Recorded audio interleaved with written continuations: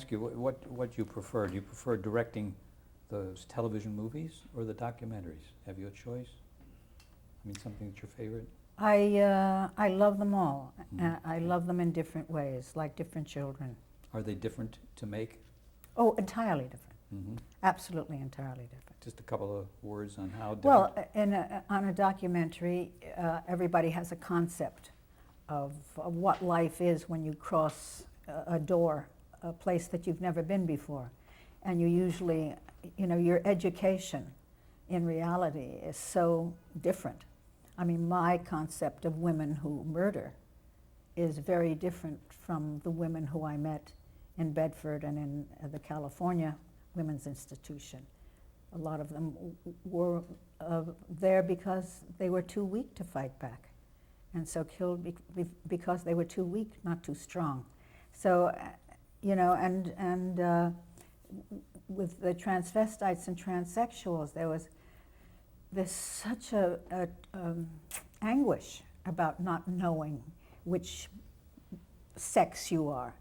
It was an extraordinary journey for me. Down and Out in America was a definitive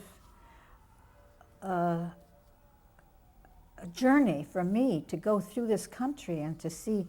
I mean, we were losing, 500 farms a day, and to see how desperate people were to hang on to what they had. And my feeling is that this whole militia that's going on there now, with the whole suspicion against the government, comes from the fact that the government allowed all those family farmers to die. And it's still going on. And it's still going on. Yeah. Let's talk quickly about the telefilm films that you have directed. You've mentioned that the Wilmar 8 was made into a film called A Matter of Sex, which was on television. Gene Yeah. Stapleton was in the lead? Gene Stapleton and my daughter Dinah. Oh, yeah. What was it like directing her? Good, Yeah. good. Good I wish I could experience? do it more and more. Cindy Eller, A Modern Fairy Tale in 1985. Yes, that was really fun. That was with Kira Sedgwick playing Cindy Eller, and Pearl Bailey playing the fairy godmother, and he's from 90210. Oh, his name just escaped me. That's okay. It'll come back. Okay. But it was that delicious to do. Nobody's Child, 1986.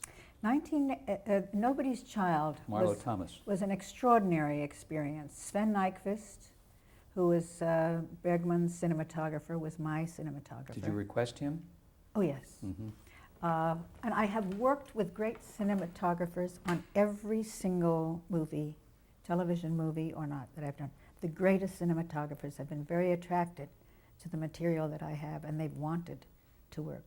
Tony Pierce Roberts did one of the next pictures with me. Fred Murphy has done the pictures with me.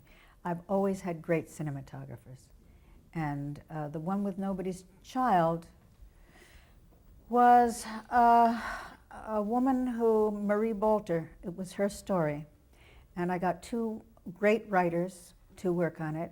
And Marlo, I never would have dreamed of for this part until I saw her in a piece that she did, The Secret Life of Catherine Beck.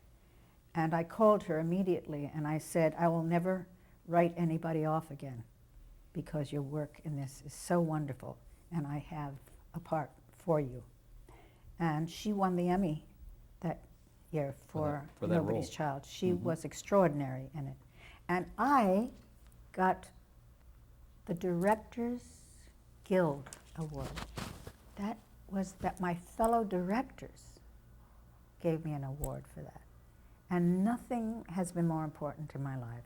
Beautiful commendation. That was wonderful. For my fellow directors to say, yes. Another film was No Place Like Home. No Place Like Home Christine Lottie. No Place Like Home was the dramatization of Down and Out in America. Mhm.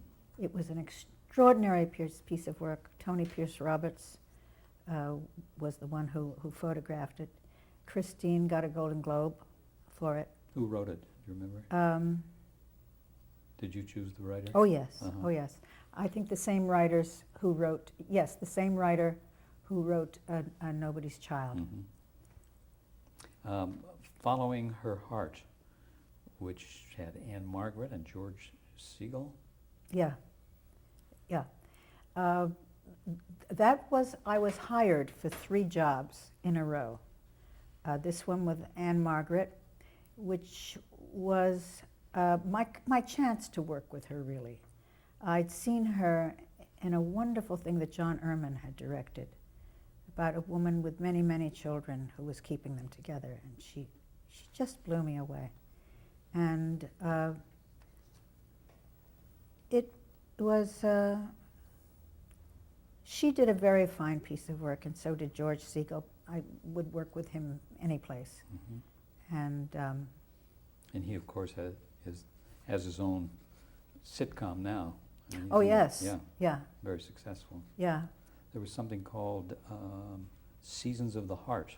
Seasons of the Heart was a Fury Grant production with Carol Burnett, and that was a really fine movie. I was very, very proud of that. And Robert Halmy Jr., I think, was Robert Halmy Jr. producer, executive was the producer. executive producer of it.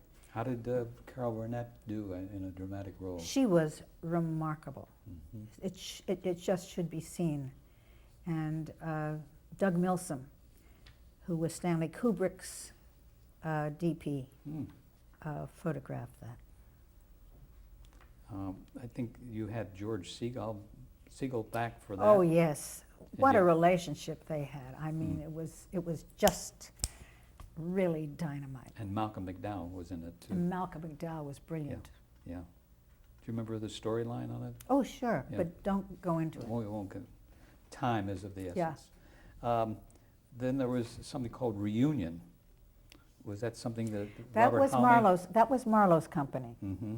and that was something that she set up for And she herself. invited you to direct it. She asked me to direct it, and it was, working with her again was great. There were a few, not a few, you made a lot of appearances on television in the 80s, but there were some outstanding things like For Ladies Only, with Dinah again. This was, I guess, as an actress. Did you work on that, do you recall? I don't remember. Mussolini, The Untold Story, where That George was- Scott was playing Mussolini. Yes, I was Mrs. Mussolini. Hmm. I was Raquel Mussolini. Did you have And- to affect an accent? Of course. Yeah. Yes. Mm. And George was Mussolini. And we had Raul Julia, Robert Downey Jr., Mary Elizabeth Mastro Antonio. We shot it in Yugoslavia, and we were there for months, and we became a great, Gabriel Byrne. We became a great, great close friends and family, and have stayed so ever since. There's a film called She Said No, with Veronica Hamill and Judd Hirsch. Oh, yes. That was my series of lawyer Yes, parts. you played a Yeah, prosecutor. that was, there. Veronica Hamill and Judd Hirsch were wonderful in that. I saw that recently. Hmm. It was a very daring film. She was wonderful in it. And another daring film was Citizen Cone. Citizen What Cone. part did you play in there? Well, I played Roy Cohn's mother. Frank called and said, which part do you want to play? Do you want to Frank play? Pearson. Frank Pearson called and he said, do you want to play Roy Cohn's mother, or do you want to play Ethel? Whatever her name was. Yes, no, it Yeah. was the woman who was executed, Oh, Rosenberg. Ethel Rosenberg. Ethel Rosenberg, yeah. Do you want to play Ethel Rosenberg or Roy Cohn's mother? And I said, not Ethel Rosenberg. I don't Yeah. want to go there. Yeah.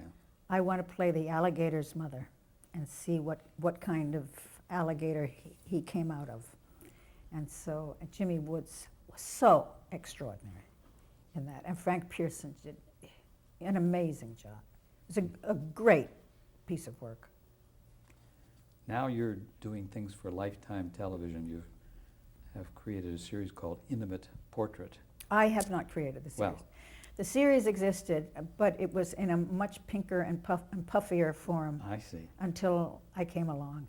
And you brought reality to it. Well, I brought some women who had a lot of reality. I did Bella Abzug, and I did Betty Friedan, and I did Jane Alexander and Gloria Steinem, and I'm doing Marlowe now. And these are women I'm so fascinated by. Diane von Furstenberg, Terry Garr, political women who I loved, and actresses who I love and who have fascinating lives. And I'm just finishing one on Madeline Kahn, who Recently passed. recently died. Yeah. And it means a lot to me to be able to have this way of paying homage to people that I love. Has it given you a great satisfaction to do these things? Great satisfaction. I Mhm. love it. Mhm. I love it. You direct them, or do you produce them, or? Well, Joey produces them. It's Yeah. Fury Grant, Mhm. and Joey produces them, and I direct them. And we have a series of 3 teams because we've done about 32 Mhm. by now, and it's a great gig. No, you said you're finishing up the Madeline Kahn document. What else are you working on right now? Well, we've just finished the PBS American Masters on Sydney, Poitiers, Oh. which was a wonderful circle to go into because Sydney just gave himself entirely to me and to doing this project, and we went all the way back to the islands where he was born, and Again, because he trusted you. yes, and he can trust me, and I must say, he was extraordinary. It is an extraordinary piece, and Do you know when it'll be on? it was on. Oh, it was on, It I'm was on. sorry. Yeah. And it was received, brilliantly, and I'm very, very pleased to have been able to do it. And also this year I did the Loretta Claiborne story for ABC Disney with Cameron Manheim and Kimberly Elise.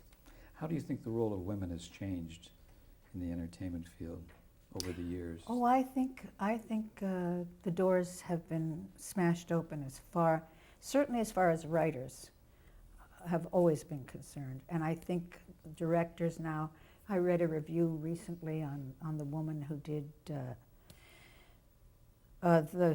Jay McInerney book, the one that, Yeah, I know what you mean. Yes, and it said only a woman could have approached a subject like this the way she did. I mean, it was just like a fascinating kind of shock to me because it's a movie you really want to stay away from. It's a murderer, Mhm. a murderer with no heart.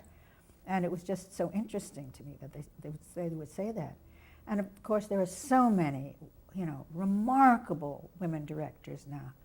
And, for years, 5 years when I started directing, I go back to Hollywood and get absolutely nowhere, Can you be the captain of the ship? Can you do this? And now it's accepted that the talents are equal. It's in the acting area. It's in the area for women particularly, but men also, the ageism. The fact that when women get over 35, that they're discarded very quickly. And I think that's the difference between our entertainment entity and places like London or Italy or France, where the people are loyal to their actors. Marcello Mastroianni, always in each emergence of him as a different age, he was beloved and used in that age. And respected. And respected, and he didn't have to have his face done.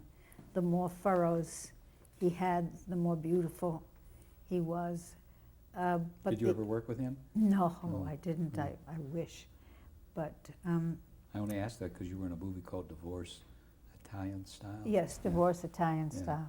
How do you feel that the blacklist era affected television as a whole? Do you think that it lowered the quality of what people could have seen by the fear that went on at that time? Well, it's hard for me to say because that was the golden age of television. Yeah. All during the years that I was blacklisted, Patty Chayefsky and Reginald Rose and the others like them, Bob Allen Arthur, were creating incredible pieces of work for actors to do. And I think it had an effect of that time of stimulating those writers to do the best work. Do you think it could ever happen again, the blacklist? In a different form. I think in every generation, the danger from that far right conservative wing comes in different ways. I think in this decade it's the National Rifle Association. Yes. So It's going to be interesting to see what happens on that. well, I'm filming the Million Mom March Sunday. Oh, are you? Yes. So What an so incredible that's experience. so that's my next project, Million Mom. the Million Mom March. Million Mom March. Well, good for you.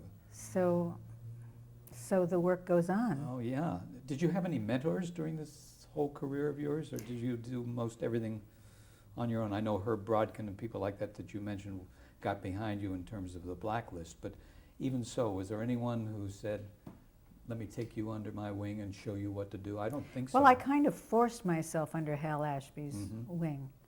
I adored him, and he was one of a kind. And so when I was making Tell Me a Riddle, which was my first feature, I've only made 2 big features, and one of them was Tell Me a Riddle. And I would use him as much as I could. He came in to help me edit The Stronger when I was doing it at the AFI. So Hal was a mentor. Lee, do you have any advice for actors, beginning actors? What would you like to tell them, if you could? Well, I have so much contact with beginning actors at the Actors Studio New School, and they give me so much more than I give them. They come with such principles, they come with such desire to do great work. It's not like in California where people go to study to be a star. They're not studying to be a star. They're studying to be actors and to give their life's blood and their heart and their soul to doing great work. And all I can say is that if you have the talent and you have the gift, which you have to have,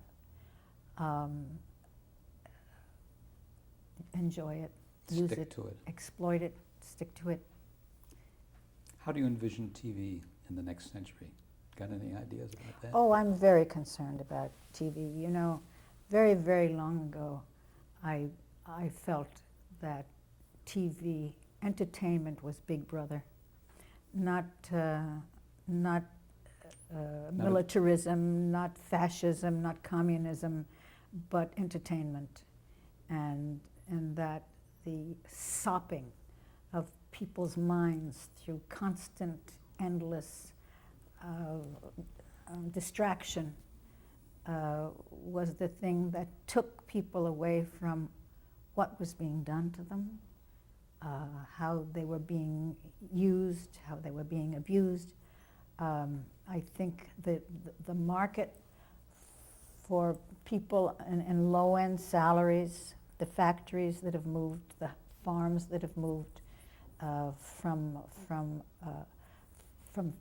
people being able to go to work, as Michael Moore's great and amazing documentary says, going from like a New Jersey to a right-to-work state to Mexico, where people are getting 65 cents an hour, is this is the distraction. This is what's happening.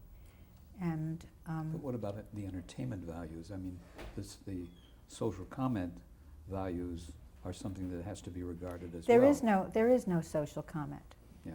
There is no social comment on television. Mm-hmm. For social comment, you turn into NPR late at night where you can hear the news coming from Britain or Finland or Sweden, and you know what's going on in the world. You do not know what's going on in the world from any newscast that we get, Because it has to be entertainment. because it has to be entertaining. Yeah. And my husband Joe feels the same way. Okay. How would you like to be remembered? How would I like to be remembered? That's a terrible question. I would just like to be remembered. That's all.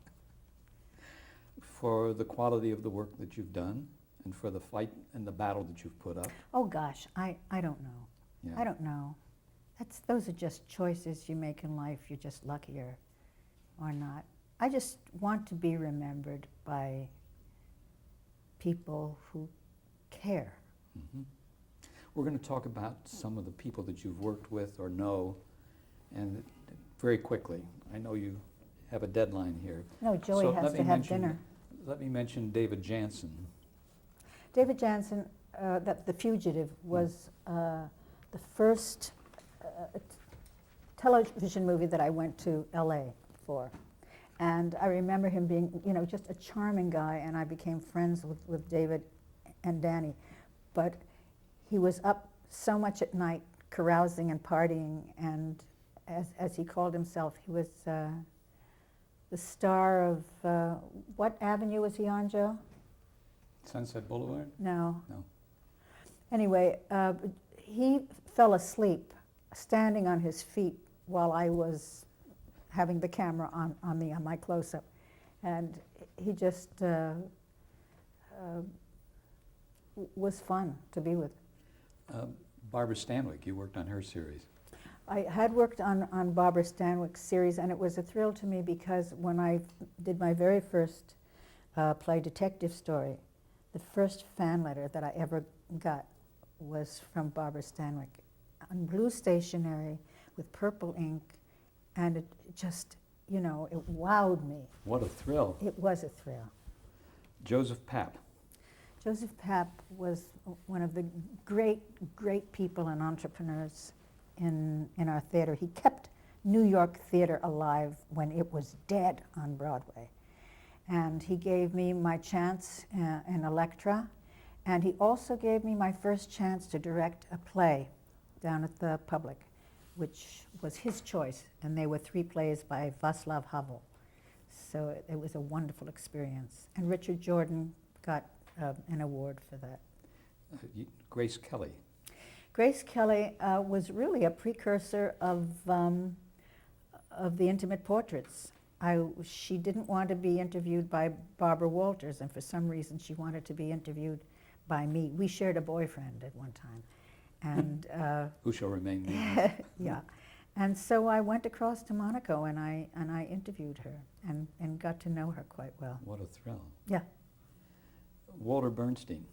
Walter Bernstein was one of the 3 writers that The Front was written about. He's been a lifelong friend, and he was Arnie's best friend. And he's written great screenplays with Marty Ritt. And he wrote a great book about the Blacklist. And he wrote a great book about the Blacklist, which everybody should go out and get. Yeah. How about Albert Brooks? Albert Brooks was like my last big movie, and it was Defending Your Life, which is a great big favorite for a lot of people. Meryl Streep was in it, and Albert, and Rip Torn was absolutely brilliant in it. I was a prosecuting attorney, and Rip Torn was the defending attorney for Albert, who had died listening to Barbra Streisand and gone to purgatory, and it was a lot of fun. 2 people who are very close to you. Joseph Feury, your partner, your producer, your husband. Any comment? Well, Joe Feury is the love of my life. And through all the stormy, sunny years that we've been together, I don't think there's been one boring day. Some of them I wished were a little more boring, because he's my producer, I'm his director, he's always taking days away from me, and money away from me, and I'm always begging him for it. And there's not a day that goes by that I think that we don't have a fight. But But he's- healthy fights. But he's an original. Joey is an original, and I feel very grateful every day that he's in my life. And finally, your daughter, Dinah Manhoff, who lives in Los Angeles and has her own career. Dinah, I have two daughters. Mhm. Dinah is my daughter with Arnie, and she's a tremendous multi-talent. She's writing now, as her father was a writer, and she's made me a grandmother.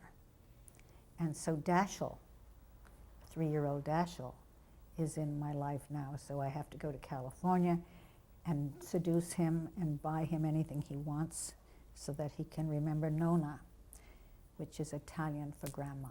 Mhm.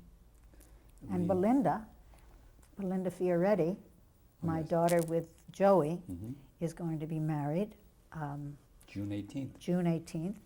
So, and she's a very happy young woman too. So we've got 3 very good marriages going on here. And that's really, when you close the door, that's what it comes down to, doesn't it? You've passed it on. I want to thank you for a wonderful time. You've been very generous and very open. And this is a wonderful contribution to the archive of American television. Thank you for having us in your house. Thank you, Henry. Thank you, Raman. Thank you, Rob.